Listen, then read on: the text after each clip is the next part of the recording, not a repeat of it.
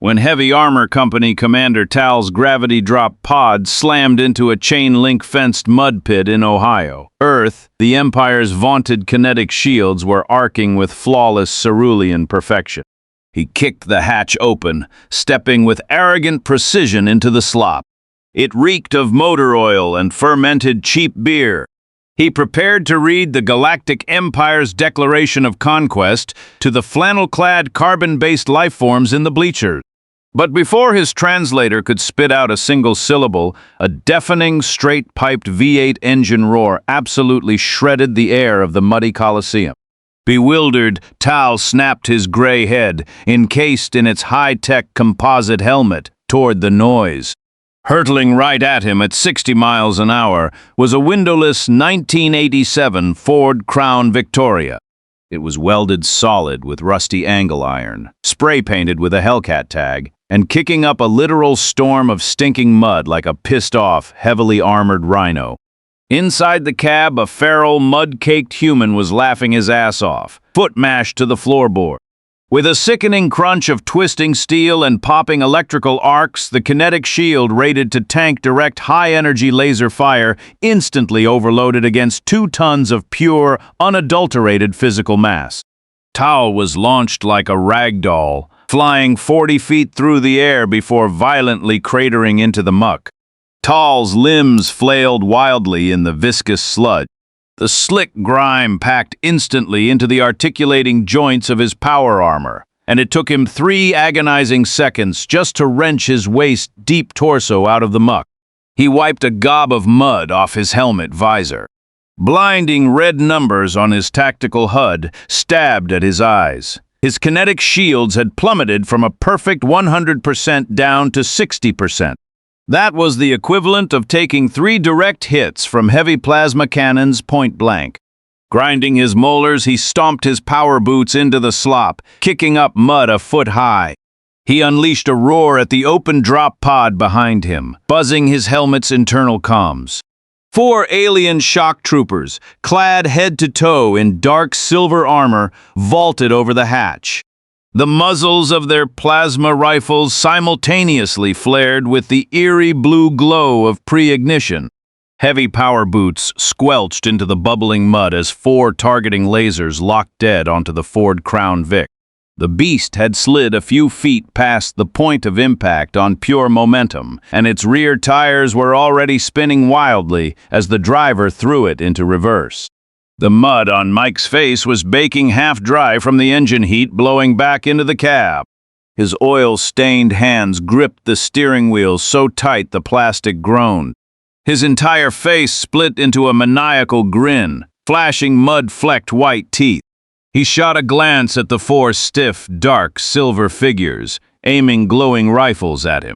He figured they were just some high-tech novelty robots the event organizers brought in to spice things up. Last year, the promotion crew trotted out an inflatable T-Rex that he punctured with his front bumper. The video was still sitting at 1 million views on YouTube. These shiny tin cans looked tough as hell. The prize money for wrecking them was definitely getting tripled. He dumped the clutch with his left foot and violently slammed the shifter into high gear with a loud clank. The 87 big block V8 erupted into a feral scream. The exhaust pipe spat out black smoke and sparks sizzling against the flying mud. The rear slicks spun like crazy in the thick sludge, kicking up a rooster tail of mud 3 feet high that rained down right onto the 4 aliens. Mike licked a speck of mud off his lips, swallowed hard, and absolutely buried the throttle into the floorboard. The tachometer needle pinned itself against the red line. Surfing the muddy slipstream, the 2-ton modified Ford leaped forward. The triple-layered rust-eaten angle iron welded to the front bumper was aimed dead center at the 2 lead shock troopers. The 4 alien shock troopers had barely scraped half the filth off their visors. The V8's sonic vibrations were already rattling their power armor's internal sensors to peak frequency overload. Their plasma rifle safeties hadn't even fully disengaged before sheer survival instinct drove their knuckles to pull the triggers. 4 brilliant blue plasma bolts, superheated to 5,000 degrees, cleared the muzzles simultaneously, nailing the oncoming Ford's triple-layered rusty angle iron with dead-on precision. Heat capable of slagging the frontal armor of a main battle tank instantly chewed through the first layer of rusted iron. It melted glowing red craters into the dense steel.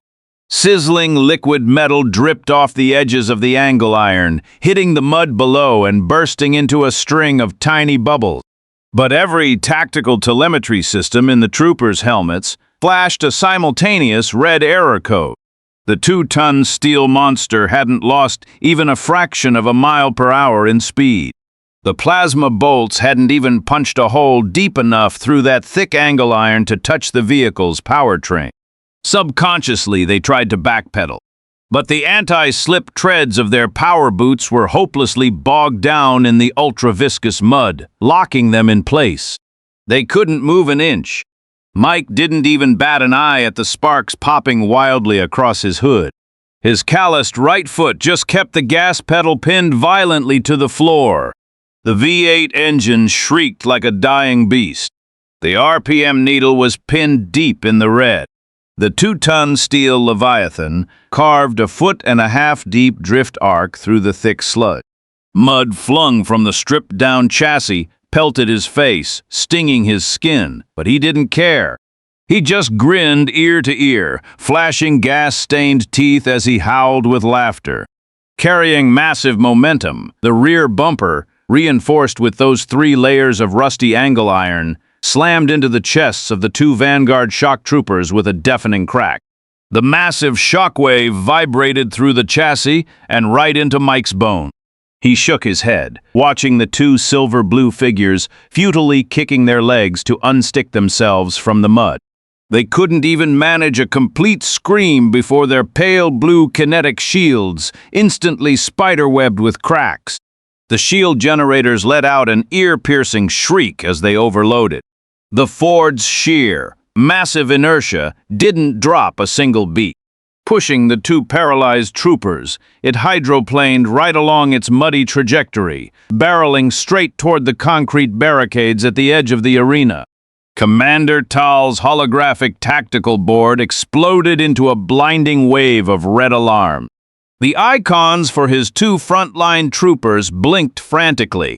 The screech of their overloading shields spiked through the open comms channel, tearing at his eardrum. He jerked his helmet up, helplessly watching the 2-ton Ford plow his paralyzed subordinates through the deep mud ruts. They slammed brutally into the heavy concrete Jersey barrier. The initial crunch sounded like 10,000 panes of tempered glass, shattering all at once. The troopers' kinetic shields couldn't even sustain a final half-second buffer. They detonated into a cloud of glowing blue dust.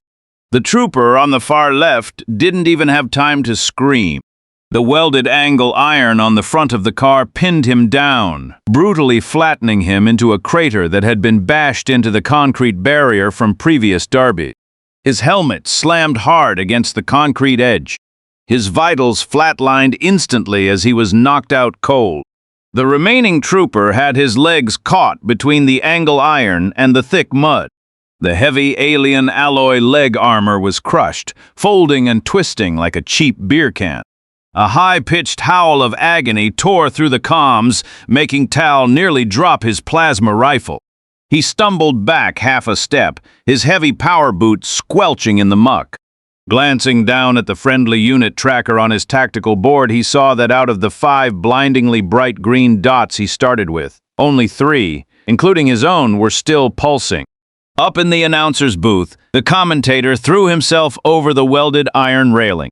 His knuckles were white as he choked the life out of his PA microphone. Cheap static hissed through the speakers. A half-dozen empty beer cans tumbled from the mountain at his feet, clanking down into the surging crowd below. He coughed up the booze trapped in his throat and roared into the mic, maxing out the volume. Flakes of rust rattled off the canopy roofing. "Oh, baby." Mike's Crown Vic just delivered a flawless broadside to that glowing robot. To the rest of the boys in the pit, don't just sit there spectating. Show these shiny new tin cans how we do things in the Buckeye State. The sonic boom, carrying the stench of cheap gasoline, swept across the entire mud arena. It sent tiny ripples across the surface of the slop. Down in the pit, a dozen junker demolition cars, previously smashing each other to pieces, collectively paused, their deafening V8 roars skipping a single beat. Tal's knuckles, gripping the plasma rifle, turned a bruised, alien purple from overexertion. The rifle swayed, nearly slipping from his mud-caked grip. The built-in voice translator in his helmet crackled wildly. It tried to convert the gravelly screams pouring from the PA speakers into something comprehensible, but just spit out a string of garbage noise, completely incompatible with the Galactic Empire's tactical database, blasting his eardrums. He cast his eyes over the thermal imaging suspended on his tactical HUD.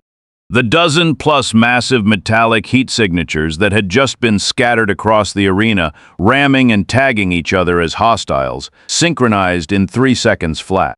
They updated their targeting parameters and pinned their coordinates directly onto him. Tal's head snapped up. Thick mud splattered against his transparent helmet visor. In the fading light, he watched over a dozen pairs of mud-flecked headlights flare to life. They looked like a pack of steel predators catching the scent of blood. The V8 engines that had paused a second ago erupted into a synchronized, ear-shattering bellow. Plumes of black exhaust, reeking of cheap gas, crashed over him. His 2 surviving troopers stood paralyzed beside him. The arms holding their plasma rifles shook uncontrollably. Their boots just scraped crooked tracks into the ultra-viscous mud, making taking a single step a monumental chore. In Tal's peripheral vision, the closest threat, a Chevy pickup sporting a skull paint job, had already chewed through 20 yards of mud, tearing straight for them. Flying mud pelted Tal's kinetic shield, which was sitting at 60% charge, sparking tiny blue ripples across the barrier. Tal practically bit his molars in half. His fingers danced frantically over the holographic tactical board. He bypassed all manual overrides and unlocked the highest priority ignition sequence for his subordinates' anti-gravity jetpacks. Over the internal comms, his voice was so distorted by the overload it sounded like a busted gong. Ascend immediately. Evacuate to the airspace directly above the drop pod to evade collision. The back armor plates of the 2 troopers, bogged down in the mud, vibrated violently. The red glow of turbine RPMs spiked wildly on their heads-up displays. Intake suction shot up exponentially in an instant. Around them, the tires of a dozen junkyard demolition cars were violently churning the topsoil at 60 miles an hour. Countless semi-solid globs of thick mud caught the slipstream and were aggressively sucked right into the 2 rapidly spooling intakes. The instant the first wad of mud hit the grills, the precision-engineered silicon carbide turbine blades let out a horrifying metallic screech. A second and third wad of mud quickly followed, immediately clogging every last microscopic gap in the intake manifold. Tuned strictly for the dust-free vacuum of deep space, the turbine bearings instantly seized up under the dense, sticky mud. Overloaded currents fried right through the wiring insulation. Both anti-gravity jetpacks violently vomited thick black smoke laced with ablative compound, their engine bays popping and cracking like a string of firecrackers. The 2 troopers felt the furious thrust against their spines completely die out. Like 2 unbalanced lead weights, they were hoisted barely 10 feet off the ground before plunging straight back into the dead center of the mud pit. Their heavy power armor sank waist-deep into the abyss of sludge. They instinctively reached for the plasma rifles that had been knocked from their hands, only to watch their back-mounted turbine bays spit out their final sparks. The priceless pieces of aeronautical hardware were reduced to mud-packed scrap iron. The pair struggled to prop up their torsos, but their mud-clogged joints were completely unresponsive. With their helmet visors caked in filth, all they could do was listen to the roaring V8 engines, closing in from every direction, the vibrations turning the muck at their feet into a churning soup. Mike's knuckles were white against his Crown Vic's cracked steering wheel. The V8's rumble transferred right through the metal frame and into his spine. He locked his eyes on the two alien shock troopers who had just dropped from the sky into the mud pit and couldn't even roll over. He slammed his rough palm onto his CB radio mic. His voice boomed louder than his half-muffled exhaust pipe. "Old Joe, get your skull truck over here and shove these two bastards right up against that metal drop pod." A wild whoop instantly blasted back through the CB. The Chevy pickup, covered in white skull graffiti, cranked its wheel hard. Its rear tires carved two deep trenches through the thick mud, drifting diagonally at 60 miles an hour. The two troopers, visors blacked out with mud and joints seized tight, had just used every ounce of their strength to push themselves halfway up. Before they could even grope for their lost plasma rifles, the steel nose of the pickup, hauling half a ton of mud with it, slammed dead into their chests. They slid sideways like a pair of heavyweight bowling balls, their power armor gouging two deep furrows into the mud. Finally, with a massive clank, they were pinned mercilessly against the cold, hard metal hull of the gravity drop pod. Every last drop of strength to even kick their legs was gone. Mike spat out the mud-flecked half-cigarette dangling from his lips. He swept his gaze across the edges of the mud arena's battlefield. One knocked out cold in the Jersey barriers, one with his leg armor twisted like a pretzel, and now two plastered against the drop pod. Not a single one of the four alien shock troopers was left standing. Dead center in the mud pit, only Heavy Armor Company Commander Tal remained frozen in place. The slop under his boots was still churning wildly from the engine vibrations of the dozen-plus demolition cars, closing in on him from all sides. A cascade of entire squadron offline alerts instantly spammed Tal's holographic tactical board. The high-frequency shriek of the alarm nearly split his already aching eardrum. Tal stumbled backward half a step. The heavy soles of his power boots sank 6 inches into the viscous mud. The servo motors in his ankles whined under the strain.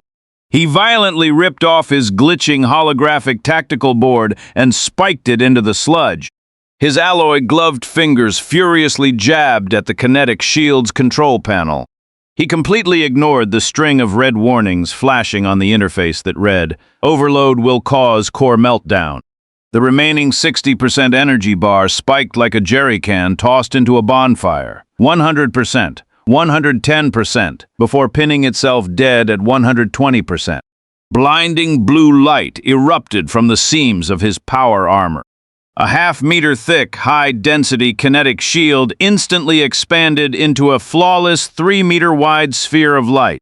Splatters of mud vaporized into tiny wisps of white steam the second they touched the energy barrier. The invisible repulsor field violently threw back a ring of mud, kicking up a dirty wave. The commentators fist-hammered the edge of the tin announcer's desk. A half-full can of cold beer bounced up with a clatter, falling through the bleacher cracks and nailing the brim of a front-row spectator's cowboy hat.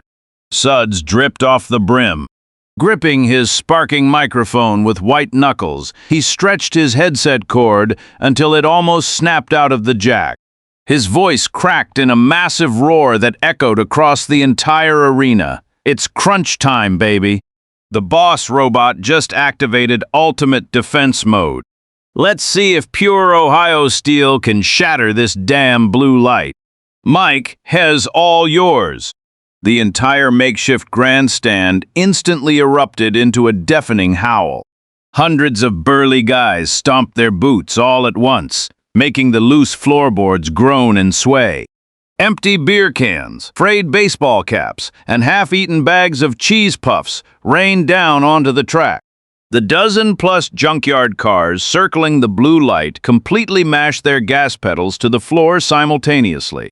The deafening roar of V8 engines layered into a thick wall of sound, vibrating red flakes off the rusted chain-link fence.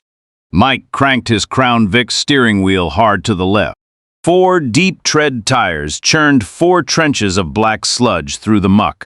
The heavy tail of the car whipped into a half-circle drift, slapping tons of thick mud aggressively against Tal's blinding blue shield. 3 other demolition cars immediately locked right into his drift trajectory in perfect sync, forming an airtight spiral of death. A '76 Camaro with a flame paint job drifted tight against the shield's edge, plastering the blue light in a slippery crust of mud. A rusted-out Dodge pickup swept in right behind it for lap 2, kicking up mud that hammered the shield's surface and sent energy ripples spazzing out. On the outermost ring, a beat-up Chevy dumped black smoke as it circled, ripping up whole chunks of mud from the edge of the track and launching them straight at the blue glowing orb. Tal's overclocked shield was completely coated in muck. Even the glowing blue light was choked and dim. Mike leaned out his window and threw up a sharp hand signal. The 3 circling junkers instantly jerked their wheels and slid wide to the sides, perfectly clearing a straightaway right down the barrel at Tal. Mike slammed his shifter into top gear with a massive clank. The V8's explosive roar completely drowned out the crowd's cheering. The sheer wind force blasted the chunks of mud right off the triple-layered rusty angle iron welded to his front bumper. The 2-ton steel chassis launched like a solid armor-piercing shell, tearing out of a cannon barrel. It plowed a 1.5-foot high wave through the mud as the speedometer needle pinned itself madly toward the 60-mile-an-hour mark. The wind fiercely whipped the oil-mixed mud splatters on Mike's face. Gritting his teeth, he buried the gas pedal so hard the metal actually kissed the floorboard. Beneath the passenger seat, a 30-pound cast-iron crowbar bounced and clanged against the floor pan, shaken by the engine's fury. The high-frequency ringing in Tal's ears hadn't even faded, but the savage roar of the V8 engine already drove into his helmet comms like a red-hot iron wedge. Looking through the mud-caked blue shield, his vision was nothing but a distorted mess of sludge. His overclocked reactor suddenly let out a metallic screech, teetering on the edge of critical failure. Every single tactical warning module flatlined because of the mud blinding his sensors. It couldn't generate a fraction of a % of impact trajectory data. Like a madman, he dumped every last ounce of remaining power into his kinetic shield, desperate to offset the horrifying mass momentum hurtling straight at his face. The battery gauges on his dashboard plummeted faster than the naked eye could track. 110%, 70%, 20%, 5%. The reactor casing burned so hot it started melting the power armor lining right against his skin, giving off a charred stench. The servo motors in his boots, still trapped 6 inches deep in the mud, wailed on the brink of snapping under the immense overload drag. His entire body violently shook inside the glowing energy sphere. The very next second, the front of the Ford, reinforced with its triple-layer rusty angle iron, slammed dead center into the blue energy barrier. There was no melting puncture like you'd see from a plasma strike. There was no spatial distortion ripple from a gravity weapon. Just 2 tons of pure, raw kinetic iron instantly crushing every single energy-conductive pathway of the shield, right at the point of impact. Tal heard a sharp, ear-splitting crack, like an entire wall of tempered glass dropped from 30 stories onto solid concrete. His standard-issue Imperial Kinetic Shield, which had conquered 17 lesser civilizations without taking a scratch, shattered instantly into a spectacular shower of glowing blue dust. Tal's eardrums howled from the deafening pop of his shattered shield. Driving its terrifying residual momentum right into his chest, the 2-ton modified Ford shoved him violently backward. His heavy power boots plowed 2 deep trenches through the thick slop. The ankle servo motors, pushed past their breaking point, made a sickening, tooth-cracking snap. Handfuls of sandy, rotten mud poured through the gaps in his armor, right down his neck. His back slammed hard into the rusty chain-link fence at the arena's edge. Thick, stiff, rusty wires immediately bit into the seams of his back armor. Before he could even register the agonizing pain, the skull-painted Chevy pickup T boned him ruthlessly in his left flank. The flame-painted '76 Camaro, followed up with a diagonal slice right into his right side. The heavy steel bumpers of the two trucks acted like a giant pair of iron tongs, instantly pinning him and his armor dead against the Ford's hood and the chain-link fence. The power armor's composite plating screamed under the massive crushing force. Several exposed hydraulic lines ruptured instantly. Superheated coolant sprayed out in a shower of electrical sparks, sizzling into white steam as it hit the mud. He tried to tighten his grip on his plasma rifle and raise his arm to return fire, but the shoulder and arm servo motors were completely crushed and locked up. His entire arm felt like it was cast in solid lead. He couldn't lift it a single millimeter. The HUD inside his helmet had melted down into a chaotic mess of flashing red blocks. Every single tactical module was offline. His dangerously overclocked reactor gave a dying hum, ready to go into full meltdown right inside the engine bay at any second. Under Mike's feet, the Ford's V8 engine was still churning out a low, breathless rumble. The triple-layered angle, iron welded to his bumper, didn't back off the power armor by even an inch. He drove his knee hard into the driver's side door, which had already crumpled inward at a 45-degree angle. The thin sheet metal gave a terrible tearing screech before the whole door. Hinges and all smacked down into the slop with a wet thud. Dark brown mud splashed right up into his face. He ducked into the half-open cab. Hooking his fingertips onto the knurled grip of the 30-pound cast-iron crowbar stashed under the passenger seat, he gave a hard yank. The heavy, dead-weight iron tool smacked solidly into his palm, bringing a trail of mud with it. He stepped into the ankle-deep muck that reeked of used motor oil and gasoline. Every step he took squeezed out a heavy squelch from the thick mud. The hems of his cargo pants were already caked in an inch-thick layer of sludge. Up in the stands, the crowd was violently beating the railings and screaming their lungs out. Over in the next truck, Old Joe laid heavily on the horn, blasting a long honk that cheered him on. He hoisted the crowbar over his shoulder, a blindingly bright grin cracking across his oil-stained face. In a few long strides, he walked right up to Heavy Armor Company Commander Tal, who was nailed to the spot by 3 junkers and a rusty chain-link fence. White steam from the ruptured line, spraying superheated coolant, hissed right into his face. He raised his arm, holding the heavy cast-iron crowbar high in the air, leveling the rough iron tip dead at Tal's spiderweb cracked composite helmet. The 30-pound cast-iron crowbar clanged solid against the horribly cracked composite helmet. It let out 2 muffled, vibrating thuds that sent a prickly, numbing tingle right down his mud-caked knuckles. White steam from the ruptured coolant line washed over his forearm with a biting, stinging chill. He broke into a wide laugh, his mud-smeared mouth flashing a full set of cheap tobacco-stained yellow teeth. "Buddy, this shiny tin suit of yours is gonna score me a hell of a lot of beer money down at the county scrapyard." Tal's completely seized servo motors wouldn't even allow enough movement to shift his eyeballs. All he could do was watch helplessly as this mud-drenched clump of a human reached out a rough hand and hooked his fingers right into the grip of the blistering hot plasma rifle still wedged in the power armor's fist. The scorching metal burned white marks right into Mike's fingertips, but the guy didn't even flinch.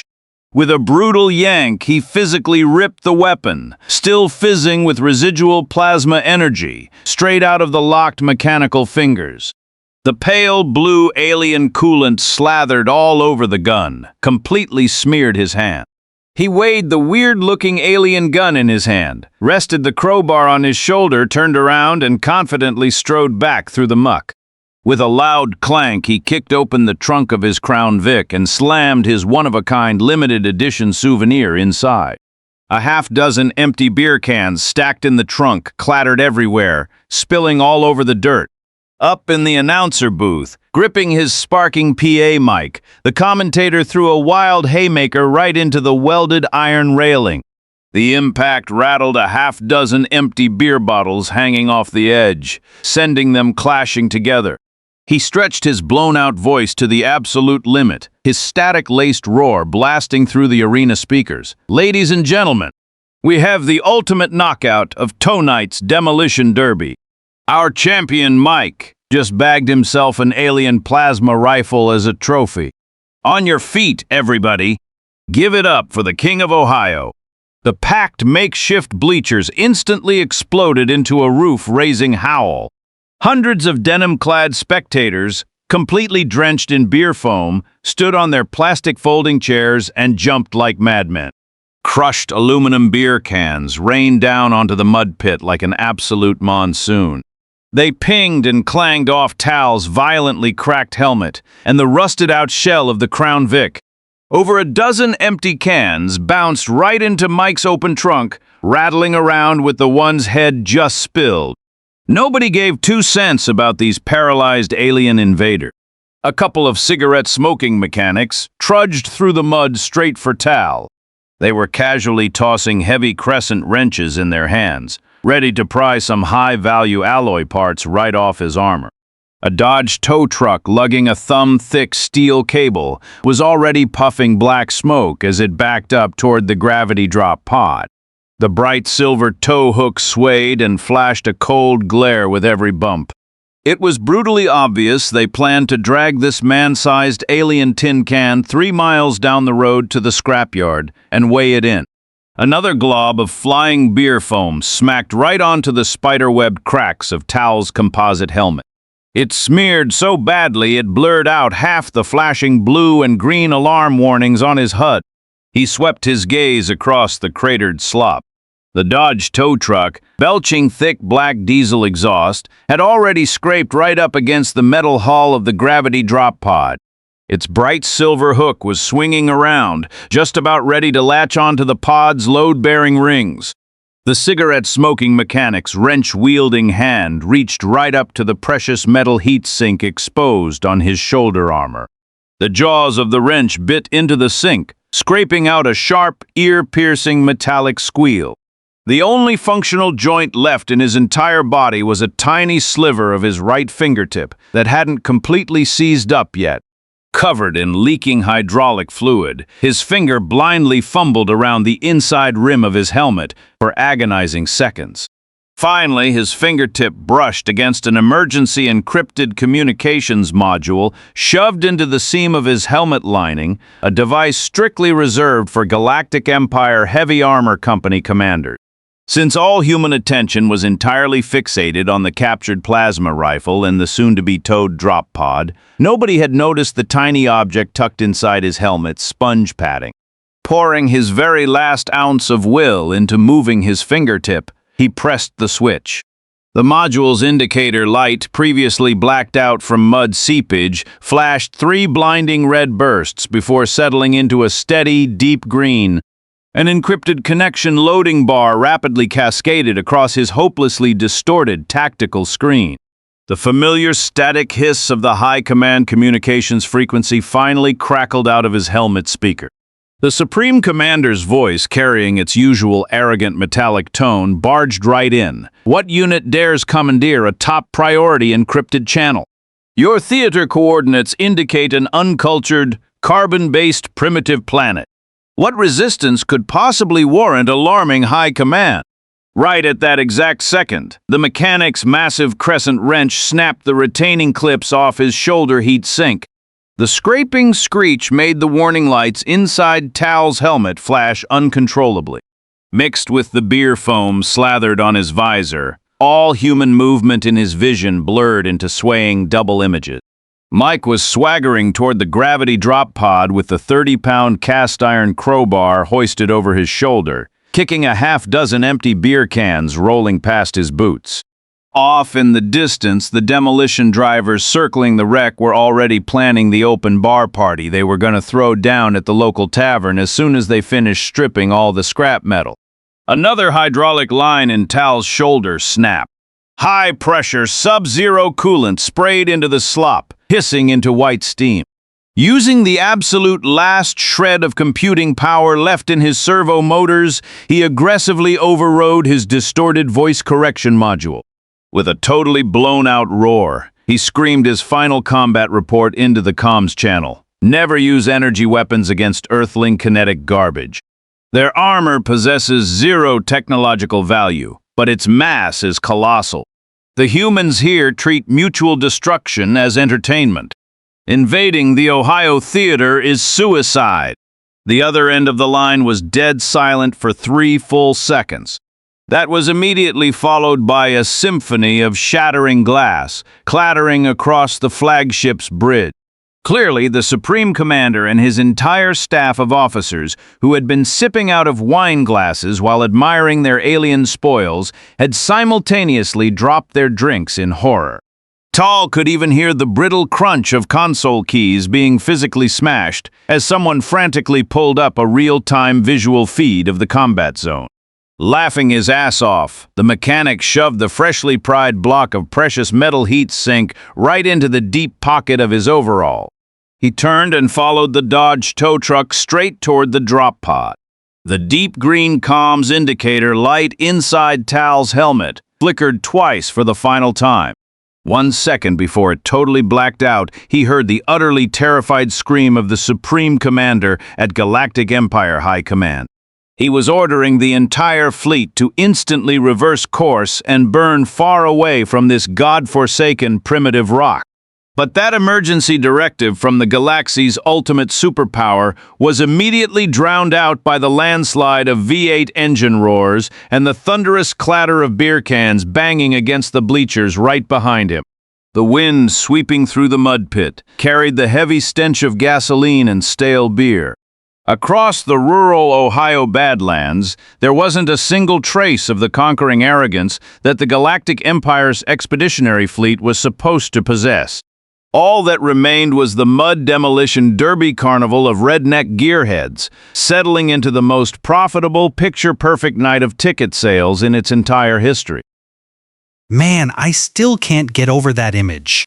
A top-tier galactic commander rocking armor that conquered 17 worlds, getting absolutely flattened by a rusty 87 Crown Vic, and Mike casually strolling through the mud to whack a billion-dollar helmet with a crowbar. Hell yeah, that is some badass Ohio engineering. Those aliens thought they were invading a primitive rock, but they walked straight into a redneck demolition derby.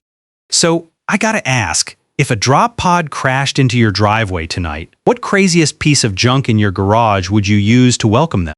Drop it in the comments.